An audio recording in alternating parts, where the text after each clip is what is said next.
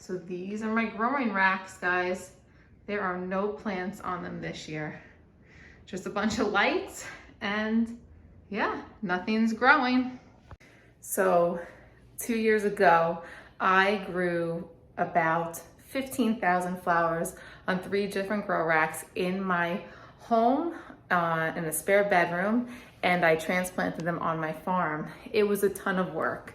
If you're growing on a large scale or even on a small scale, you know how difficult it is to keep baby seedlings alive for 4, 6, 8, or 12 weeks and then transplant them out on your farm or in your garden.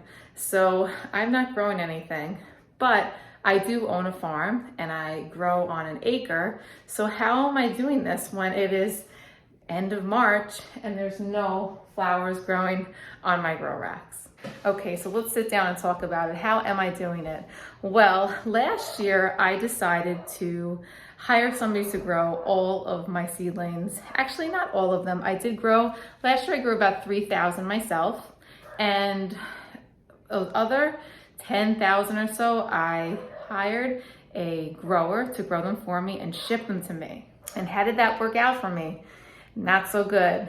But if you look at my other video, why that didn't work out so good, a lot of them got damaged in shipping, and it was a really big problem. And I was really nervous because some of them, all of them actually, they couldn't replace them for me. They just had to refund me. So I was stuck crossing my fingers that they would still live, and actually they did still live even though they refunded me.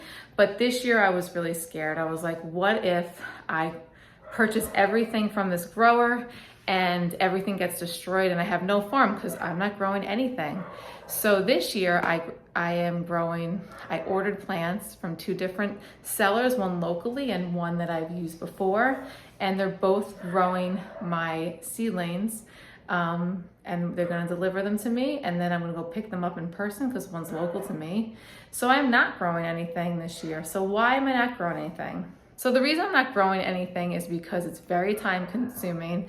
And last year we went away for my birthday, and we're doing that again this year. My birthday's in April. So how can you have plants when it's in April?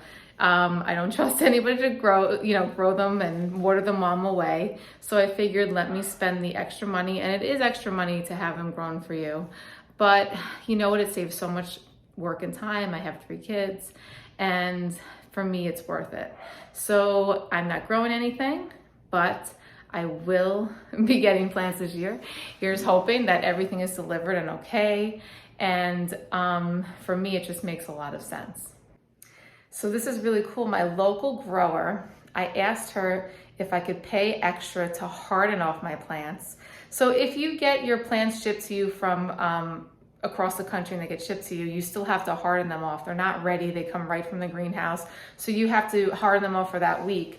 The local grower, I'm paying extra for her to harden off my plants, so I don't have to do that aspect of it, which is time consuming. You have to have the racks in and out. And if you take tons of racks, like 30, if you take 30 trays in and out of your house. Last year what I did was I put them on a rolling rack and I put them in and out of the garage, so it was a little bit easier. So I will be hardening off half of them because half of them are coming from a seller. The other half are going to be, I'm gonna go pick them up completely hardened off and ready to plant in. So that is really cool. If you can find somebody local that you don't have to order a lot of, and they'll do this for you, at least you know you're gonna get the plants, they're gonna be alive, it's gonna save you some time.